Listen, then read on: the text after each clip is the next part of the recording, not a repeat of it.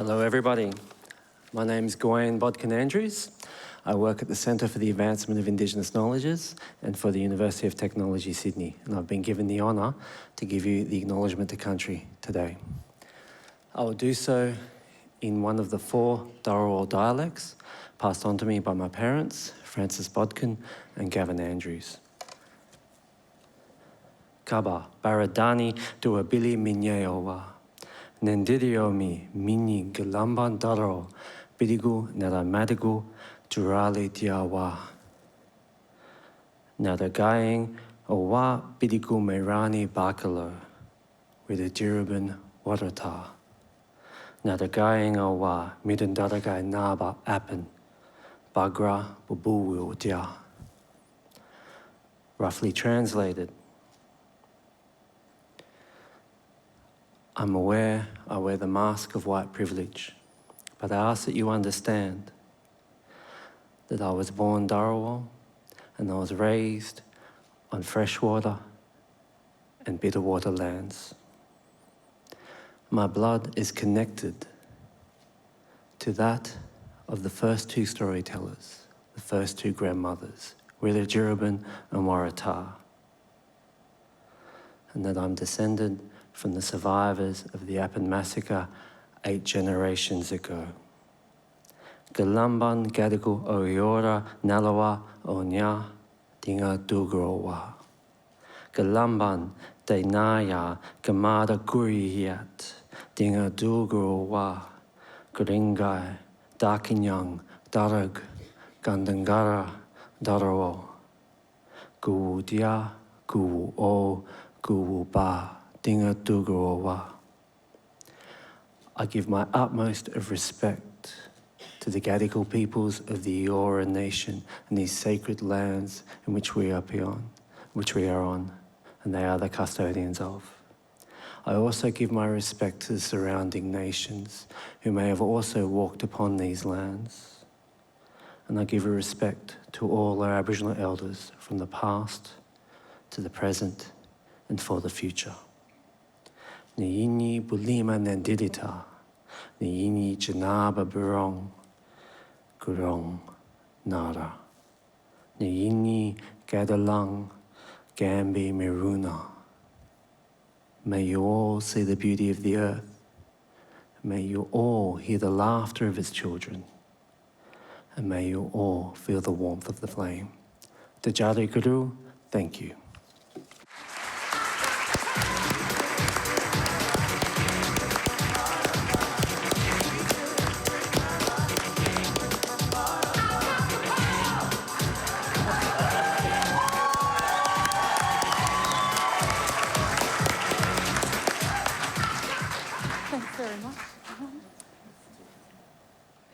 Wow, I always wanted to have walk-in music. I got the power. Great. And I always wanted to be a judge. So finally, Justice Janke, here we go. Thank you very much, Dr. Bodkin Andrews, thank you, and also Professor Davidson. And hello, everybody. Hey, welcome. It's tonight's great debate. So get ready for a night of wisdom, and some brilliant people are coming on to go head-to-head on the subject of love. And so thank you all for coming tonight and supporting us. The proceeds from the tickets tonight are going to a great cause, the Literacy for Life Foundation. Yes, it's great. The Literacy for Life Foundation runs literacy programs in Aboriginal communities, and they're run by Aboriginal people. And it's such important work, so well done you in generating funds for that cause. Also, you might have seen when you were coming in that we were going to do a poll tonight. We're going to have a running poll. So I want you to be part of that with your phones. Let's run a test to see if the online poll's working. Answer the question. Let's take a couple of seconds and have a go at answering the question. All right, so I'm going to wait a few seconds. Everybody answering? Okay. Let's see if this works. All right. So, this is the word cloud. Oh, well, some very interesting things there in the very family passion. Good to see that. Big battlefield tenderness, low. All right, great. Thank you. Before we hear from the debate teams, let's ask the question from you guys. Let's do a test now. What's our feeling about love before we hear the arguments? Grab your phones. So, do you think that love is all we need?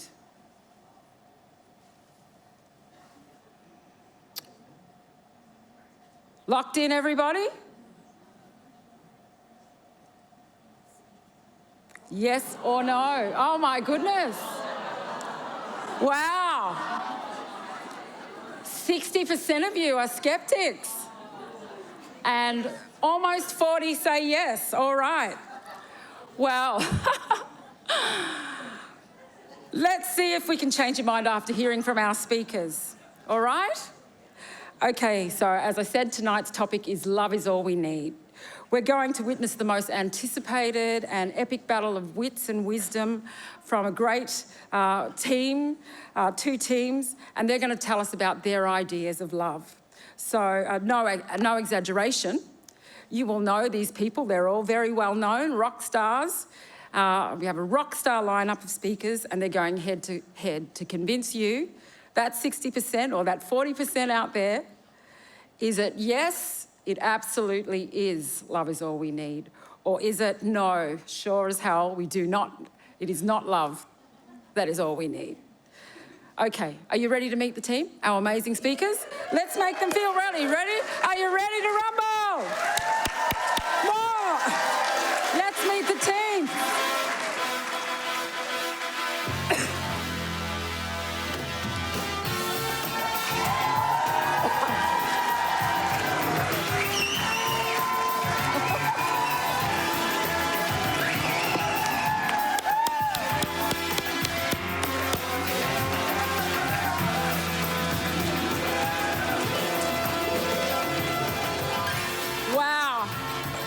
Great. Here they all are. Firstly, we have the affirmative team, and on a mission to convince you that love is all we need, we have the team captain, Sandra Phillips. Hello, Sandra. Sandra, many of you would know, is a writer, publisher, and a UTS associate professor. Sandra is a literary giant and an educator from the Waka Waka and the Gorang Gorang nations. Yay, Sandra. Also on Sandra's team, we have Gomeroi poet and Harvard Fulbright scholar, Alison Whittaker. Hello, Alison. ABC black comedy legend and Kuku Yalanji, Durham Bull and Wayne New Boy, Stephen Oliver. Sadly, we're missing Luke Carroll, who sends his apologies. He had something else on at the Opera House, but that's his loss, because we are absolutely thrilled and have absolute luck to have Malanjali powerhouse thought leader, Associate Professor Chelsea Bond. Welcome, Chelsea. Okay, that's your team for the affirmative. And now let's meet the negative team. They're going to throw down and make you see that love is not all you need. And the team captain for the negative is Heidi Norman.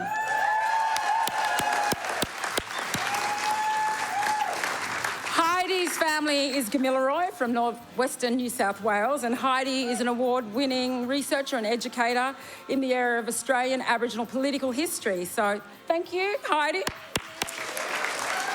And on Heidi's team, we have the highly acclaimed and award-winning playwright, director and proud New Knuckle Newgie man of Stradbroke Island heritage, Wesley Enoch.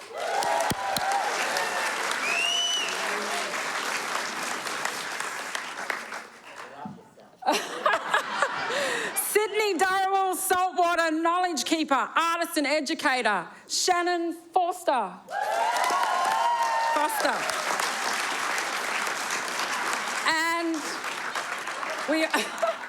And we also have Melbourne's Comedy Festival's 2018 Deadly Funny Champion, Thursday Islander from Currareg Country, Leon Farwood. Hello, Leon.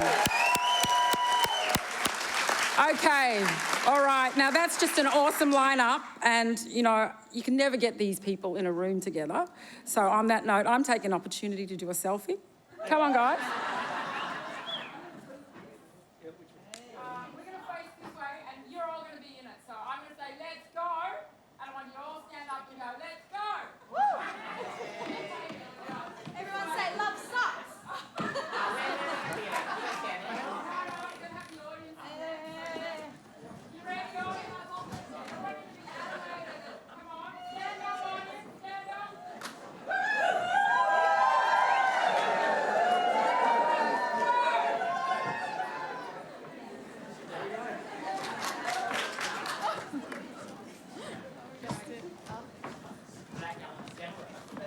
Okay. All right. Hashtag UTS CAIK debate. All right, so teams, you ready? Got your seats there? Practice? Ready? Fair fight here, fair fight. Okay. Everyone, I'm going to go through the rules of the debates because as the judge tonight, I take things very seriously. Each speaker has a minimum of 3 minutes, guys. Minimum of 3, maximum of 5. And that's all you have to communicate your point of view. At the 4-minute mark, there will be a sound.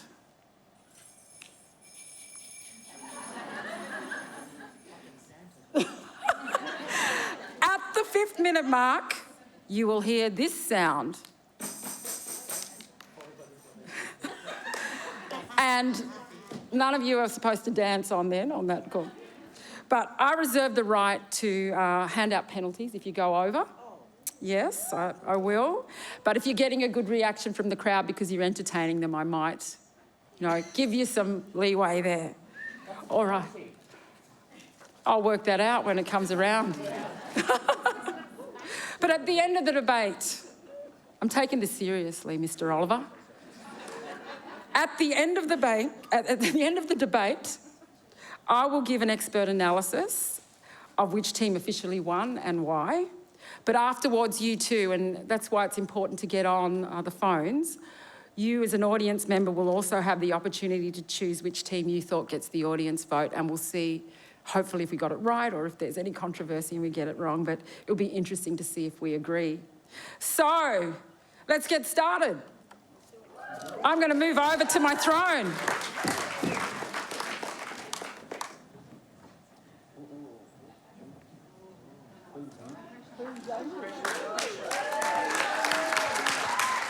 Okay. So I'll call the first speaker for the affirmative. I hated love. Growing up, I was a queer, fat Aboriginal girl with cystic acne and a mustache. I wrote internet poetry in the library, and I wore second-hand pinafores to a mostly white, mostly straight school. Do you think I loved love? My earliest Valentine was a Gammon Secret Admirer's card slipped into my school bag. Soon, other things would end up there. Maggots, slurs, rubbish. I hated love. I felt incapable of love and incapable of loving. In this way, I was wrong about love. I thought love was some miscellaneous mush that would validate me, soar into my chest, take away my unloved self. And I was right that I needed love, but I was wrong to say that I was not loved. I am here now as that queer, fat, pockmarked Aboriginal girl, still and whole and proud, because love was all I needed, and love was what I got. Black feminist scholar Bell Hooks says, love is better thought of as a verb, because love is a choice. And if you're mob, you have been loved for 100,000 years or more, because that's how long someone made that messy, real commitment to you. We are here. We are here, and all the nerve of us tonight debating if we need love when we are only here because of the radical, resistant, decolonial love of our ancestors that kept our bodies, country, and culture alive. Unruly, sovereign, nurturing love. Love is the strategy of Mum Shirl, growing up a whole First Nations diaspora in Redfern, co-establishing the Aboriginal Legal and Medical Services. When she wrote that she would refuse the mission's drive to die out quietly, she was loving us. Love is in the work of Eileen Morton Robinson, when she theorises patriarchal white sovereignty and how to fight it, and models a way of living with feminist integrity as Black women. She gave us 2 new ways to love. Love is what Truganini did as a diplomat and as a warrior. Love is what a community and its elders do when they revive languages, cultural practices, and care for country. Love is what my nan and pop did when they housed dozens of people in a 1-bedroom house on the Namoy.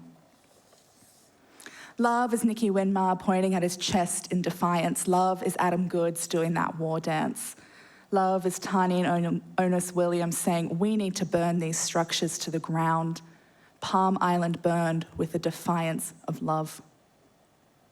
Love is the rallies weaving down George Street, the block, gathering at the landing point of Captain Cook. Love is Rodney Kelly, fighting for the Gweagal Shield, pierced with a bullet hole, taking it back from German museums.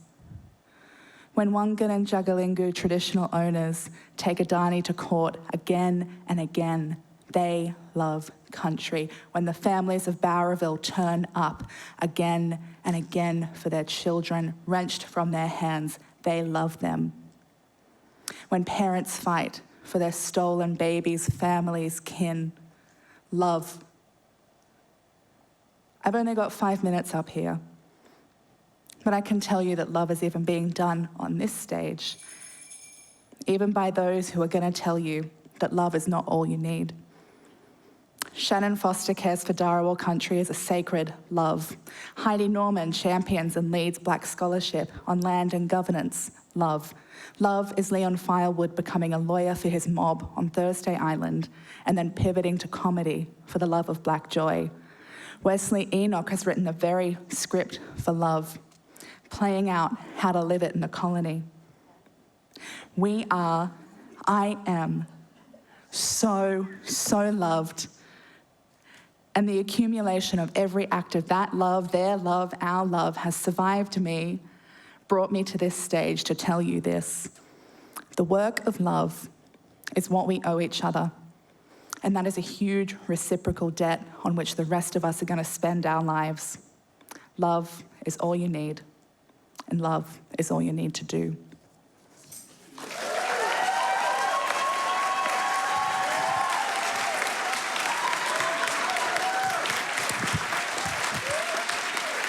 Wow. Well done, Speaker 1, Alison Whittaker. Great. Okay, are we ready? First speaker for the negative. Let's see what you got.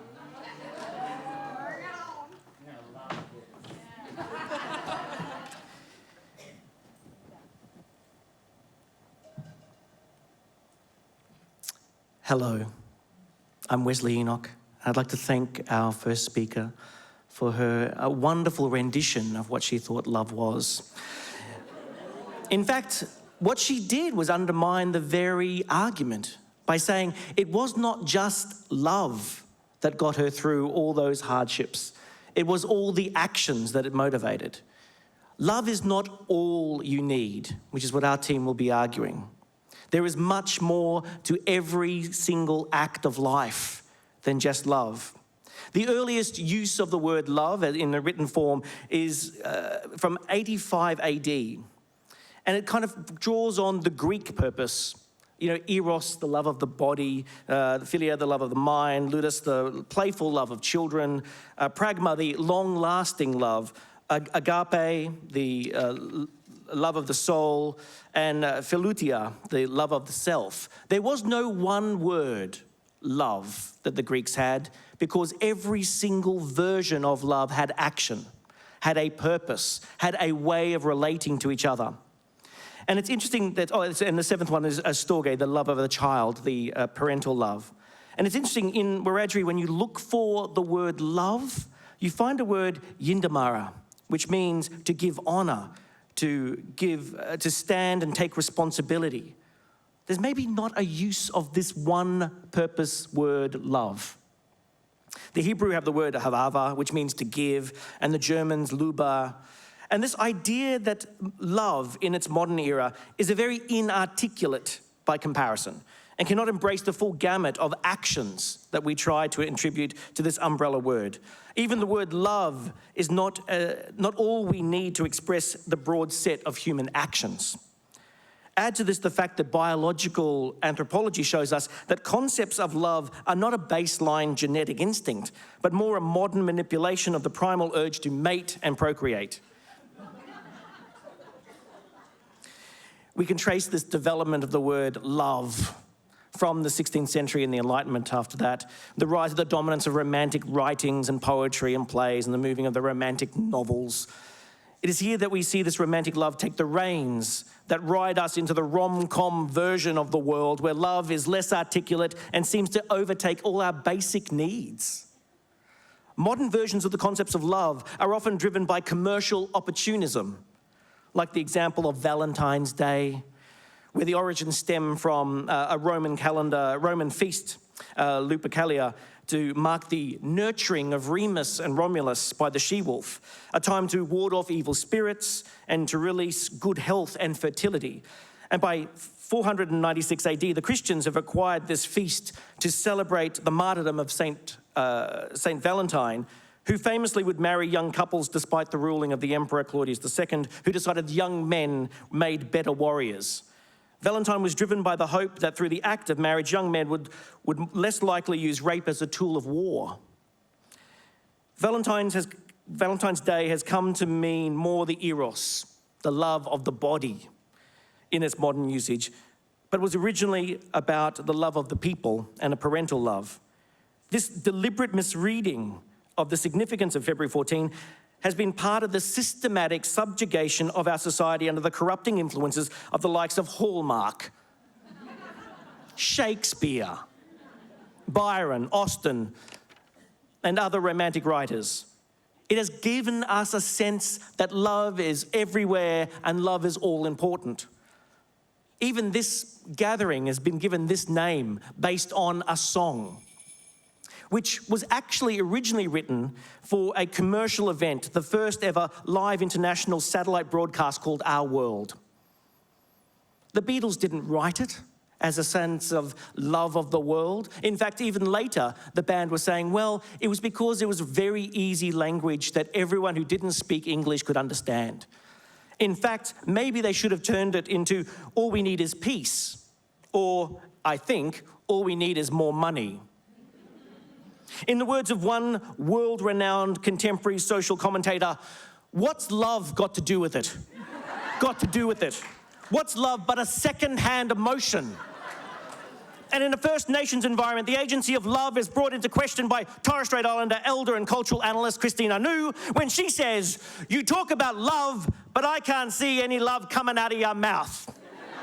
Talk to me about something real, baby. Can you hear me now, speaking love and saying nothing? What's it all about? Even those committed to the concept of love concede that love is not all you need. They say our love won't pay the rent. Before it's earned, our money's always spent.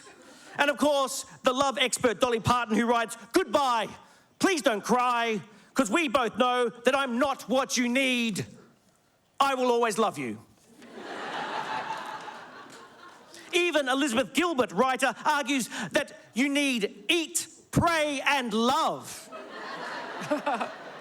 It is no accident that all these experts are women, because women know a lot. Time's up. So I leave you with this. Think about it. How much love can you eat? How much love can you wear? Thank you. Thank you very much. Thank you.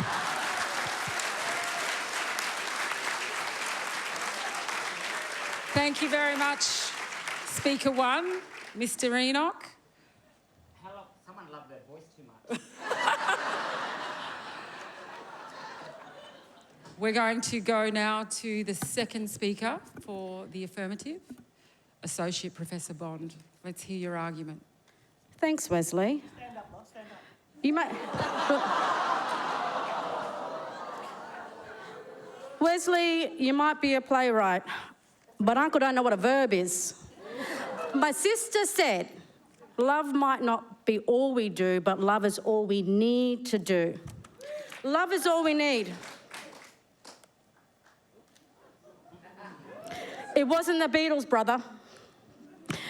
Who are we to argue with? The wisdom of Professor Mary J. Blige. And yes, if footballers can have honorary doctorates, so too can black queens. But I digress. Blige acknowledges that even when dealing with tough times that seem to always blow our mind, love makes everything complete. All we need, she says, is L-O-V-E. Live your life, girl. It is via the songs of black women that I intend on making my case to you today, that love is all we need. You see, it was Her Royal Blackness, Angela Davis, who once said the best accounts of freedom are not found in Western philosophical texts or the writings of anthropologists or the other white people that Wesley referenced.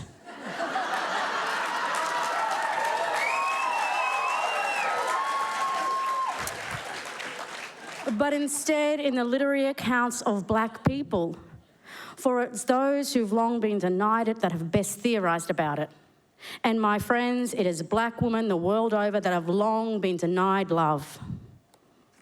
To quote distinguished Professor Larissa Barrent, it is black women that have suffered the double taint of subordinate race and gender. And it is black women that are still reminded that we are unlovable, undesirable, but sexually available. Thank you, Trevor Noah. But despite this, and perhaps because of this, like my Tita Mariah, I still have a vision of love, one that carries us through desperation, but not out of desperation for a man. And look, I love men, but Dr. Lizzo warned, boys can make a girl go crazy, whether they be boys with degrees, boys in the streets, boys on his knees, or the man in my sheets. She goes on to state, baby, I don't need you. So let's be clear, when I as a black woman claim that love is all I need, I'm not talking about needing a man in my life or a life partner to complete me. You see, there's all kinds of love out there that might include men but doesn't centre them. Love, whatever kind of love you got. Young, pure, true, unconditional and everlasting. Whether it's a mother's, a sister's or summer love, black love or queer love, love truly is all we need. Live your life, girl. No matter what gets thrown at us, all the events that are supposed to confound and overwhelm us, it's love that gets us through and tells us everything's going to be all right. It might be the sun that wakes us up, but it's love that pulls us up. Our love of justice, of freedom, of and for our children, our land, our family, our culture, our community. And like Dr. Whittaker said, love truly is a verb. There is nothing that ever happened in a black neighbourhood that wasn't done off a black woman's love for her community. And you fellas know you'd be nowhere without it. It was in 2009 that cousin Tony insisted that if she never feels or hears I love you now and then, she will never breathe again. Love is life, people. It's the air that we breathe. Nana Fitzgerald too once sang, what do I care how much it may storm or if icicles form? I've got love to keep me warm. She didn't need her overcoat or glove. All she needed, my friends, was love. Live your life, girl. And yes, of course, love isn't easy or kind. Hearts are often broke. Sometimes it's wrong and sometimes it's right. And as the late and great Whitney, may God rest her soul, told us that for every win, someone must fail. But we don't give up on love. We just exhale. Shoop, shoop, shoop. Shooby-doop, shoop, shoop. But the most powerful love, in fact, the greatest love of all, is easy to achieve. As Emeritus Professor Houston has taught us, learning to love yourself is the greatest love of all. And it's that kind of love that we all need, and indeed is all we need. You cannot do anything without it. You see, when you love yourself, there is no end to what you can achieve if you just believe in yourself. You believe in the children and the future, and you'll live as you believe, and they can't take away your dignity, and you'll find your strength in love. And not surprising, it's distinguished Professor Angela Davis who testifies so powerfully to one's strength in love. In her infamous victory speech, having been acquitted of conspiracy, kidnapping and murder in 1972. She spent 16 months in jail. He got a minute. He got a minute. And I got more laughs. Sorry. I got more laughs. We're I got going. more laughs. Angela, you can't stop Angela. Sorry, I've last got 20, point. 20 seconds. 20 seconds. No. More. It's just that. Please, Angela. 10 seconds. Angela. Her speech wasn't about victory. It was a call to not be complacent about the fight for freedom. It was here she spoke about freedom and its most truly human meaning, which was, my friends, in her exact words, the freedom to live and to love. Live your life, girl. Love is a verb, and it's also a right that we've long been fighting for, not just singing about. Because without it,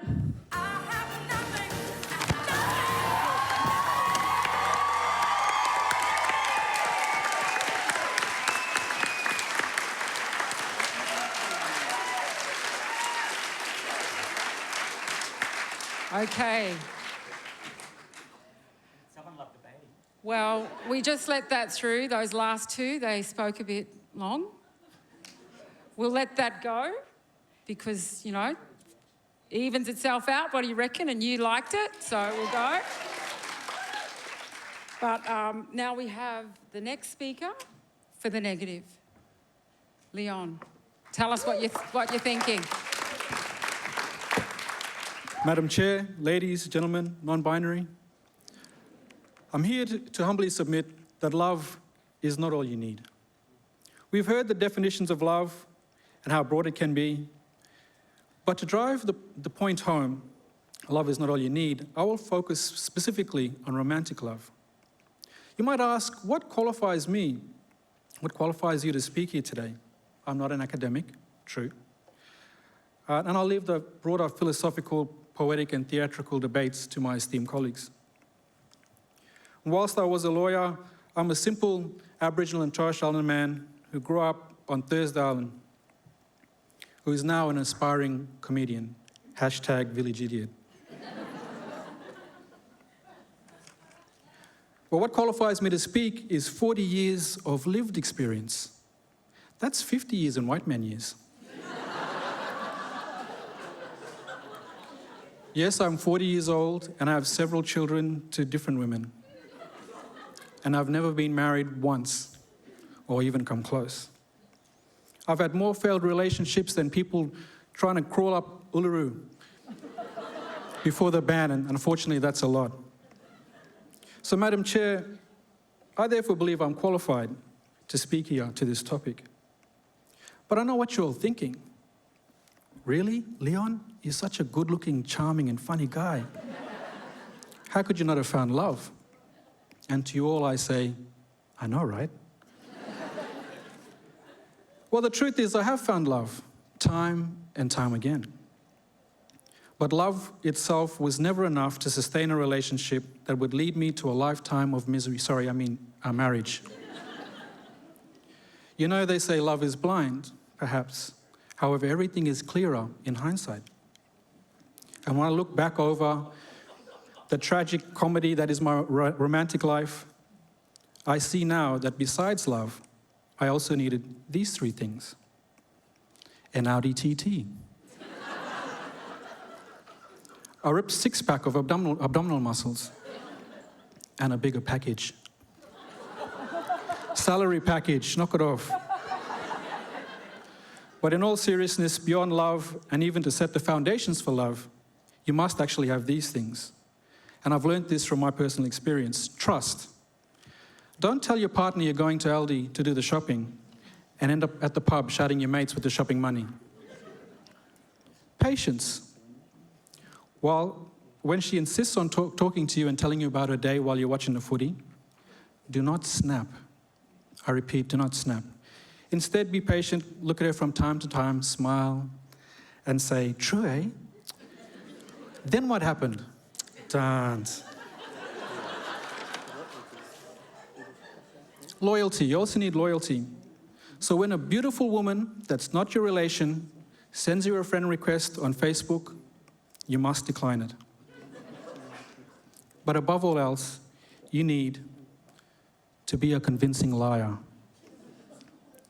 When she asks you if she's put on weight, and clearly she has, you need to be able to say, "No, baby. Now come here and kiss me, you little sexy thing." Furthermore, you need a commitment to these virtues every minute of every day. In other words, you also need persistence to sustain the love. To do otherwise would be to end up being a lonely 40-year-old, never married, aspiring comedian. Madam Chair, please note Exhibit A, my romantic life, which I humbly submit is more than compelling evidence to prove love is not all you need. I rest my case.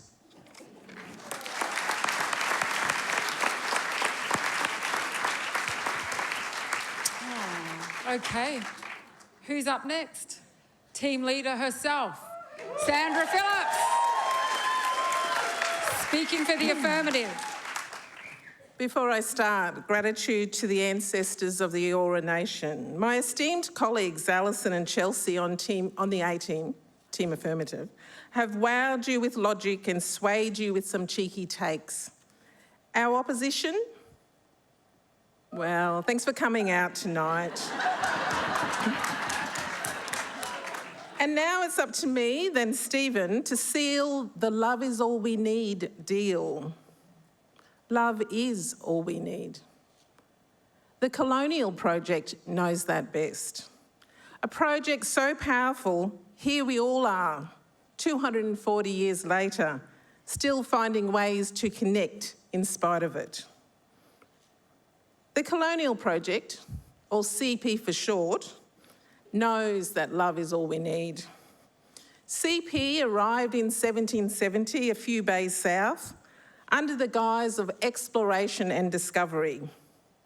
Instructions were, and I quote, to make scientific observations and collect natural specimens, to show every kind of civility and regard to the natives, and with their consent, take possession in the name of the King of any convenient situations. Close quotes. Almost needless to say, no natives since that first ship, or any marauding party since, found it convenient to give away our consent or our lands. So, CP, craving the land, ditched any notion of consent and stole it. What they to do with the natives, the peoples? Hit them where it most hurts. Take away everything they love. Our homelands, our children, our kin, our languages. By 1900, the killing fields of CP's East Coast frontier was turning into law to smooth the pillow of what was thought to be a dying race. Allow me a little turn to an Aboriginal version of Who Do You Think You Are? In Queensland, between 1905 and 1939, more than 2,000 Aboriginal people from more than 25 different First Nations were forced onto the government reserve of Baramba. Baramba is now known as Cherbourg. My father was born in Cherbourg in 1944. His mother died there a few years later. His father was sent to Palm Island. Point being, and luckily for me, my father and my mother met and fell in love in the 1960s in what soon after became my hometown of Gayndah. And voila, 51 years later, here I am. Love is all we need. It helps make the babies of the continuing revolution. It keeps us strong and connected in the face of CP, who is still with us. It is the wind beneath our sails. It is what makes us, now 3% of the Australian population, turn up every day and keep punching above our weight. Love is what keeps us together. Bell Hooks, Alison Whittaker, Angela Davis and Chelsea Bond reminded us, and Wes, you might want to listen, that love is a verb. Chelsea Bond shook us with love at the centre of so much black women's song. And before I close, actually, let me just give some advice to Brother Leon. With so many failed relationships, I really don't think you should be standing up here giving relationship advice. So returning to CP, the bonds of love are what CP wants to destroy, and love is all we need to win.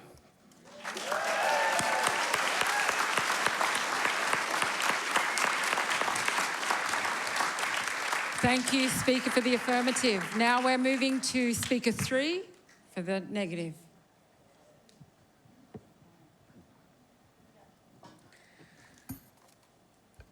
Well, thank you very much for that. I think I need a tissue. Thank you also to my wonderful family of the Dharawal for their beautiful welcome tonight. Dharawal Sydney represent. Woo! Let's go. Okay. So love is all you need. Yeah? Really? Okay. Well, that doesn't really come naturally to me because I'm a woman from Bankstown. Yep. We need a lot more in Bankstown to find love. And I'm not just talking about parole. I'm not talking about just lifting your AVO. We need a lot more than love in Bankstown. I'd like to say that, Alison, love is not those things that you were talking about. What you were talking about is survival. What you were talking about is resistance. What you were talking about was not love, but about the fact that we're still here despite the fact they're trying to get rid of us. That's not love. That is power. Yeah? That is belonging here. That's having ancestors behind you. And as for Mary J. Blige, where was love when her man had 2 side girls last year, hey? Where was love then? There wasn't no love in that, unless you mean loving a few women on the side and a few women here, there and everywhere. There was no love. You know what there is? There's money. Money buys you love. What I need right now is not love, but I need a microphone. I need to move. There was a microphone here, and now there's not one. The Queen took it. Thank you to the Queen over here, Terri Janke. Woo! Let's hear it for Terri. Well, she's doing well. Trying to keep all these black fellas in line. She's doing a good job. She's better than a white colonising mediocre white man. Definitely working. Okay. So, as I say, you don't need love, you need money. Money is all you need, and there is evidence of that all around us. You know that love that was perpetuated by old St. Philip's here? Yeah? To have babies? Yeah? Did love keep them alive? Yeah, we need some food, we need some money. That's right. And the world is full of abhorrent, loathsome, detestable and questionable individuals who nonetheless have found love at some point thanks to their bank accounts. Think Kerry Ann Kennelly. Yeah. Donald Trump, Hugh Hefner, Gina Reinhardt. Yeah, even she's been married. Even she's had kids. She's procreated. Someone's loved her enough to, you know. Jamie Packer. Woo! Kyle Sandilands. Yeah. That ain't love. Tell me that's not love. There's no way that's love. What about Christian Grey of 50 Shades of Grey? What about him without the money?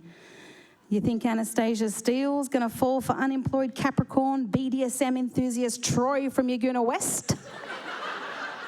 Nah, I don't think so. Oh, no.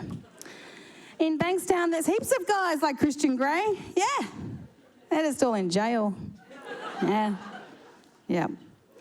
A recent report has revealed that out of 2,000 everyday Americans, 64% of them are happy in their marriages. Yeah, that's nice, 64%. Woo. Yeah. Well, if you think about this though, that when the household income is greater than $200,000 per annum, the couples are reported as not just happy, but 71% of the time they are completely in love. Completely. Yeah? Love is not enough. We need love. We need money.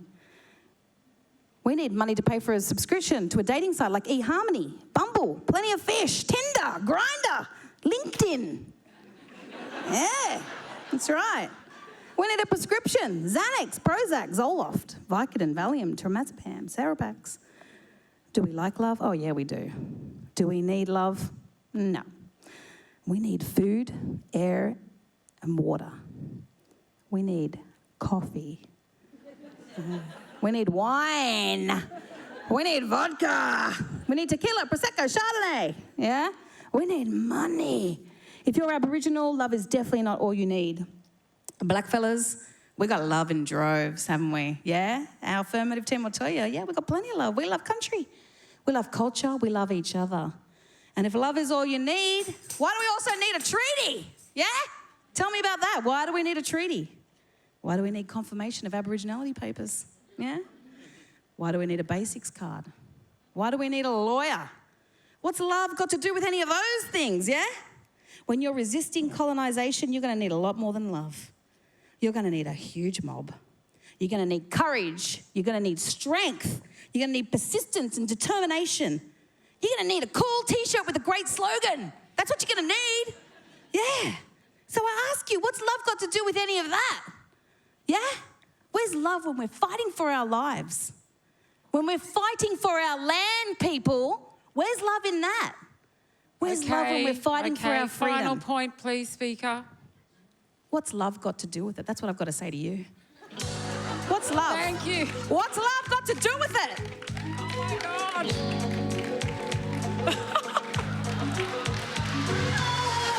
What's love got to do with it? What's love but a second-hand emotion? Okay. Somebody tell me what is wrong with me. I wasn't sure, but I don't now. I believe that it must be. Love don't love me. Love don't love me. We talk about love. Thank you. Let's go, let's go. Thank you. Speaker. Thanks, everybody. I'm going to have to call you into line. I'm going to have to call you into line.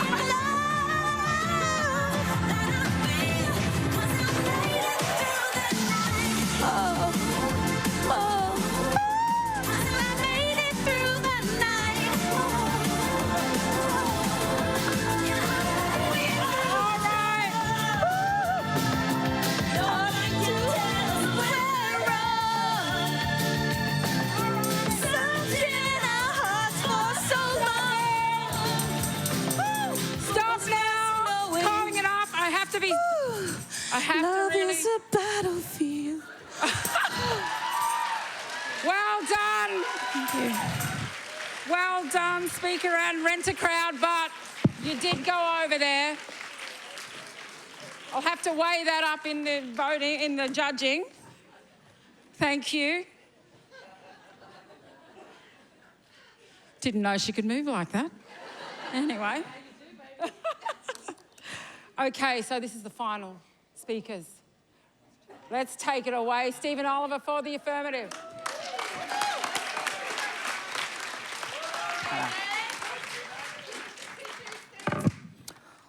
You're about to see real talent. Love. For everything we've heard, it is not a word. It is not an action. It is something so profound that it is bigger than any description, no matter how analytical, because love is a feeling. To help invoke that feeling, please welcome one of Australia's most prolific, talented, and dare I say, sexiest songwriters, who is actually going to perform one of his original songs. Please give it up for me.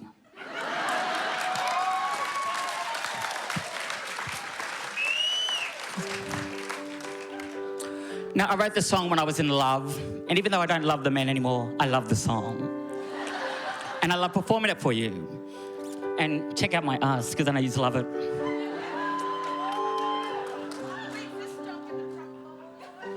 So I gotta tell you what it is I feel.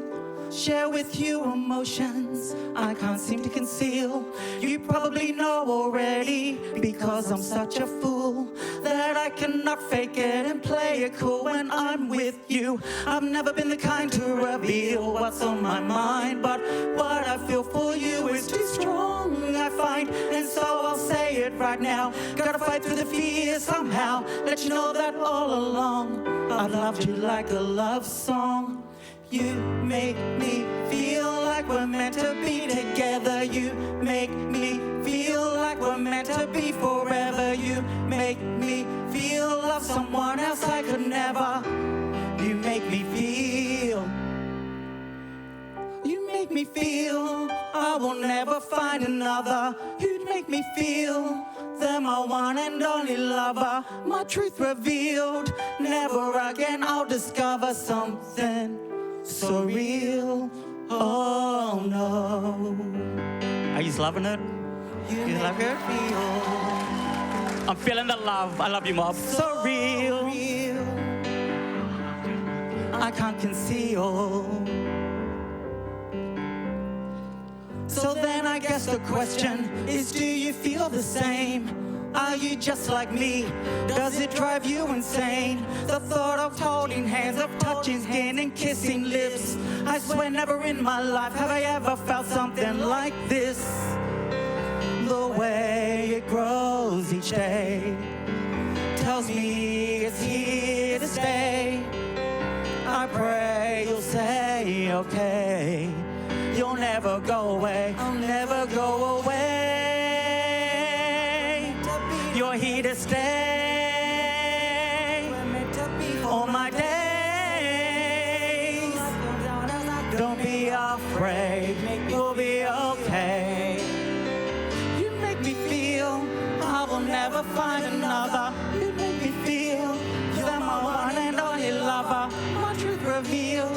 Never again I'll discover something so real. Oh no, the way you make me feel. You're why my heart has healed. So real. It's yours always until its last beat sees it still. You make me feel.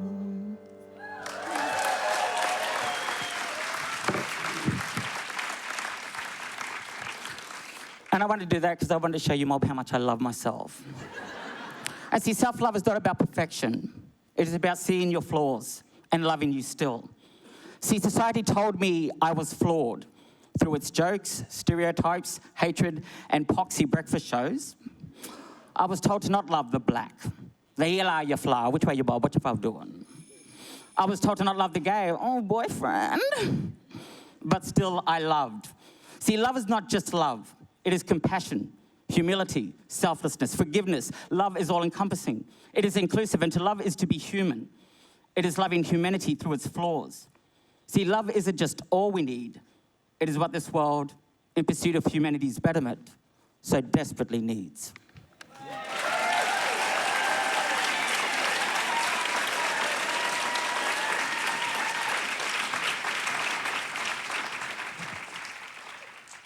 Oh, well, thank you. Beautiful song. It was lovely. I know, it's good. Now we have the last speaker for the negative. Heidi Norman. Take it away, Heidi. Thank you. Queen Janke, esteemed colleagues, brothers and sisters, and flash mob. We have demonstrated that far from being timeless and universal, the idea of love has a recent history, is knitted with capitalism and shaped by culture. And yet we hanker for love, convinced it will make our life complete and worthwhile, as if life is one long rom-com. This is a wicked trap, a toxic brew. Our national expert, Dr. Kylie, sings of this, Better the Devil You Know. Her mindless, harmless, innocent pop song disguising the chilling, dark, sinister possibility that love relationships are by nature abusive. I'll take you back, she croons. We say love is not all we need, that we need more than love, because love's dark shadow, hate, has a dangerous hold over our society and our political institutions. We've witnessed an uprising of virulent racists and misogynists in our society, far more than garden variety racial stereotyping and prejudice, but a kind that extends to overt hostility and sometimes extreme violence against another group. White supremacists, anti-immigrant, anti-Muslim, patriots, nationalists, or violently anti-government individuals and groups occupy the highest offices in several countries across the globe. Social media has created a platform for populist hate mongers where vitriol and ridicule is normalised. Virtual networks or online communities dedicated to race, gender and Muslim hate provide an organisational base. One such self-described group, incels, involuntary celibates, are convinced their loveless, heldless existence is because of feminism. Closer to home, The Final Quarter, a new documentary pieced together from archival footage, shows us that racism is not confined to the media and Aussie Rules fan base, but rather is built into the bones of our nation and flashes red hot when otherwise accepted athletic bodies politely insist on a political existence. We have to question the values of a society that routinely engages with each other with vitriol and hatred. What would we think of a society that allows that? That all they need is love? We say love is not all we need, that we need more than love because love has failed our society and our planet. What about empathy? In the opening years of the invasion, Eora fisherwoman Barangaroo was so appalled at the brutality she witnessed of one redcoat's frenzied lashing of a convict that she flung her body in the path of the lash. The drama of the vicious whip attack on the slumped body of the convict reveals a deep empathy from the vantage point of one culture to another. What about connection? Earlier this year, we lost my nan. Her dying wish was to be reunited with her mum and therefore to her black soil country. She'd been removed from her mother at a young age and with her mother's passing never saw her again. 83 years later, we were able to fulfil her wish. The abiding connection to people and place is many thousands of years in the making and survives in one form or another. What about action? If we are to deal with the catastrophic effects of climate change, more than love is needed. Along the rivers of Gumroy and Barkindji, a climate emergency sits, if not for the last century, then the last several months, as the river has dried up and water animals, including the old man fish, have died in rancid, shallow puddles. They may never return. Transformation in the relationship to country is required if we are to prevent the extinction of thousands of plants, animals and ecologies, and for continued Aboriginal survival on country. If settler Australia is to address their relationship to an ancient land and reckon with its forever present people, it will take more than love for the Uluru Statement from the Heart to be realised. It will take hard work, petitions, door knocking, street stalls, community meetings, family conversations, and the willingness to share power. We will need more than love to achieve this. Are you ready for this action? We are not against love, but where we disagree is that love is all you need. It's not. We need kindness, empathy, justice and connection in order for our 60,000 plus year legacy. We need all of our effort. We need more than love in order to address the big issues of our time. And more dancing. Thank you.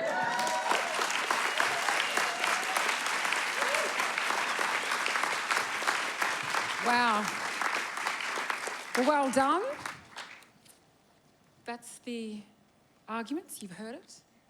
I'm going to give you, just talk amongst yourself quickly, because we're going to give them a chance to do a rebuttal. They've heard each other's arguments for the first time, but we're not going to give them very long because they've already had, some of them went over time.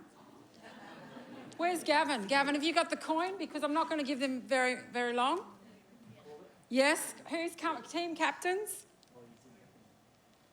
Come on down. We're going to all rebut. You, yes? Okay. All right, all the good butts in the affirmative are going to rebuttal. And who's going to rebut for you? Group? Group. All right. Okay, team captains, we're going to throw the coin to see who goes first. Gavin's got it. Heidi calls tails. Is that all right with you? She's called it? All right, go.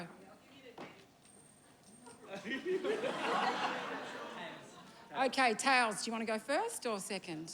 You get to call. Okay. Yep, you want one or two? One will do. Elsie, you want to go first?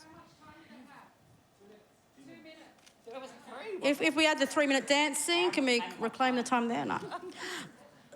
Timer? I just want to say I can't believe I had to cut Angela Davis out for a bad dance scene. Jeez. I mean, hey, I don't know about this money thing. No one needs an app for love. You just need a black auntie. What's wrong with you people? What was interesting, though, the reliance on an epidemiological account to try and quantify love. As blackfellas, we know both the anthropologists and the epidemiologists have failed us miserably. So I'm not referring to them. The thing is, there's nothing like black love. Leon, do you know black love or what? And love is all-powerful. Love sits under all of those things. Without it, we cannot do those things. Love is all-powerful. It is an ontological premise to our humanity. And a little bit tonight, there's 4 of us on the A team, affirmative team, but I counted 11 extras on the negative team, okay? So factor that into your considerations. Yeah, they tried it, but that's okay. As Sister Alison said, how much love did it take to pull off that flash mob? Yeah, yep. So, yes, Brother Stephen's going to give us some rebuttal. We needed treaty lawyers, money and courts because of the lack of love. We were shown no love and now we face the repercussions. Love is power, it is powerful. You can't control who you love because love and all its power cannot be controlled. We lived 40, 50, 60, 70, 80, 100,000 years without money. But for as long as there have been mothers, there has been love.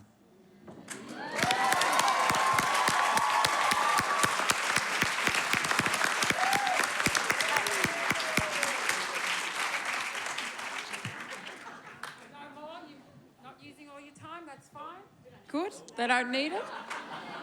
Okay, so you get to go last. One microphone? All right, one microphone, one voice. Well, our argument and yours too, judging by the outcome of the poll, is that we're not down with love. We just know that it's not all you need. And the idea that love is universal, it's an umbrella that captures all other activities and expressions of our existence is simply untrue. We need, Wi-Fi. Wi-Fi. We need Wi-Fi. You gotta have Wi-Fi to find love. Yep. To look for love. That's right. What's this then? We need far more than love, and as we're saying, we need empathy, connection, money, action. Yep. Sorry. We need a voice. This notion that we are against love is not right. And in fact, this kind of romantic notion that love is the fix-all for all of our problems, I think is one of the reasons we have the problems we have. That we rely on a kind of emotional connection to get across any sense of meaning and change. What we need to do is have intellectual power, the sense of change happening because our ideas are strong, our culture is strong, and our connection to place. We are not against love, but we are against the notion that love is all you need. You need more. You need actions of change. The notion that we are about to face some of the most terrible things in our future means that we have to act now, yes, out of love. But it's not the only thing we have. And the sense that we now, through this discussion, have been kind of played with our heartstrings. We've been talked to in ways that are highly emotional. That will only get you so far. You need the head and the mind. The mind and the heart. You need both things in concert to make change. So love is not all you need.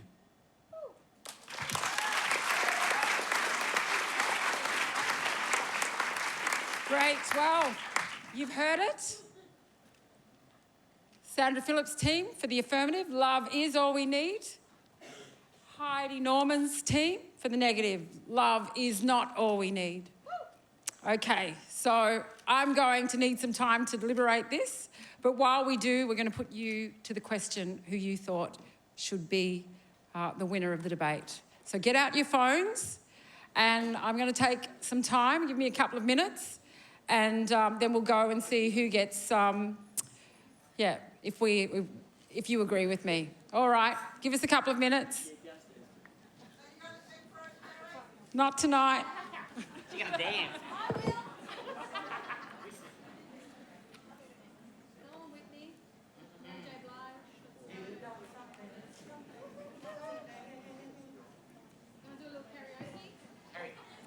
I love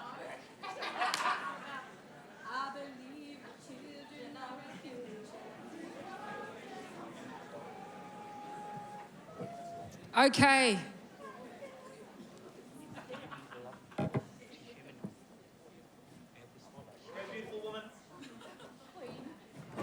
I think I've changed my mind. No, extra. No.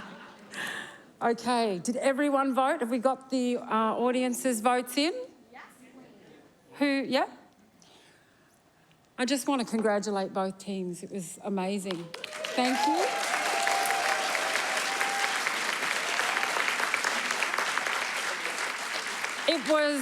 It was persuasive, intellectual, smart, funny, entertaining. Sexy.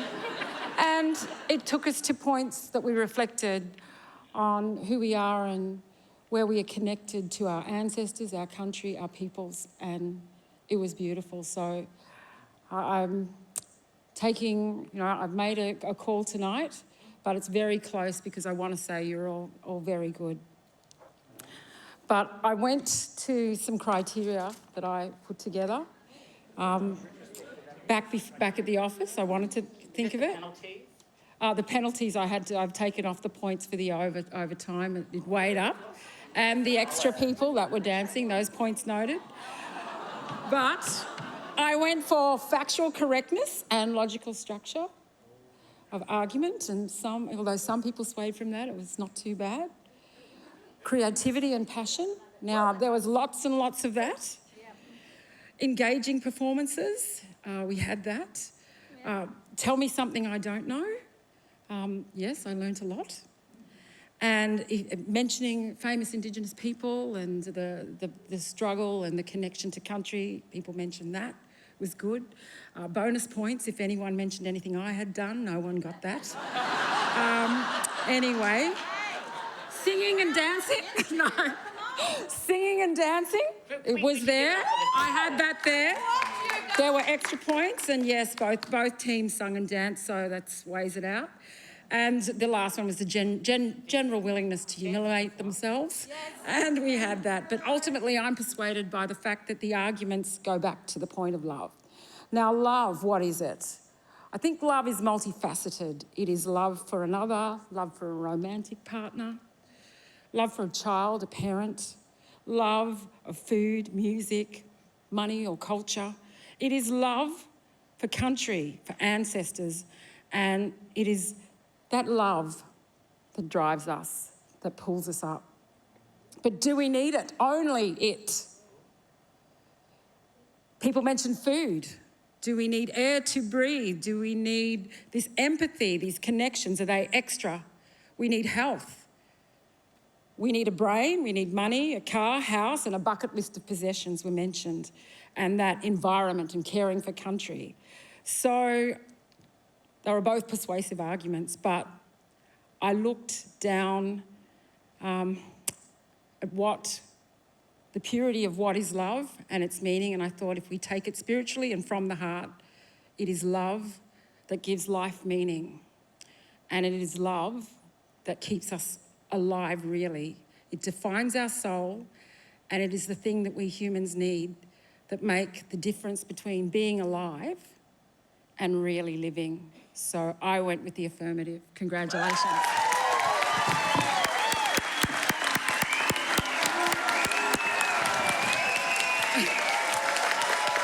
But it was really well done. But now, let's see what the audience said. Maybe you did not agree with me. Can we have the poll results, please? Oh my God! Oh, wow! Congratulations, Team Yes. Well done. I mean, really, it was, for me, well argued on both sides. Maybe the 9.5% said, nope, can't decide. Well, show that it was very, very close. But all right, so that's it. I'm going to close tonight by once again thanking our amazing panels, our teams. Congratulations for making it a fun and entertaining and an informative night. Thank you very much.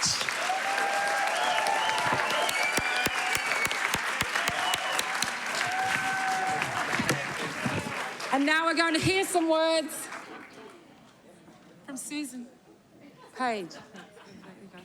Thanks, Terri. Okay, I won't keep you much longer. Another short joke. They're asleep now. So, wow, was that not fantastic? I loved that. That was just amazing. So, an event like this doesn't happen just out of the blue. It doesn't happen without the vision, the work and the cooperation of a lot of people. So just bear with me really briefly. It won't take long, but for those of you who do like to know what's going to happen next, I've got 6 points. I won't count them off, but someone can help me in the crowd if you like. So first of all, thank you, Terri, for wrangling these two teams. I could see that wasn't, completely easy. So big round of applause for Terri. That was fantastic. And that summing up, wow, okay. So I'm really glad I didn't offer to do that job. Great work. To Heidi and Sandra, thank you so much. Great Indigenous leaders and thinkers. It really has been our privilege to have you with our heading up these teams. And I am really glad that you're my colleagues. To the teams, thank you. Wow. I know some of you have, belong in universities and are in universities, but wow, for the rest of you to come to a university and think that you would have fun, yeah, thank you. That's great. I do really especially want to thank our event organising team. So Gavin, where did they go? Gavin.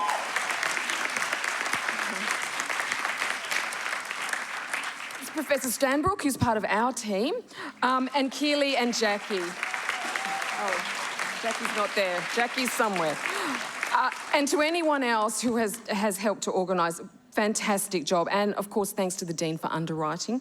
And finally, two finalies. A shout out to Professor Michelle Trudgett, who was the inaugural director of CAIK and actually whose idea this was.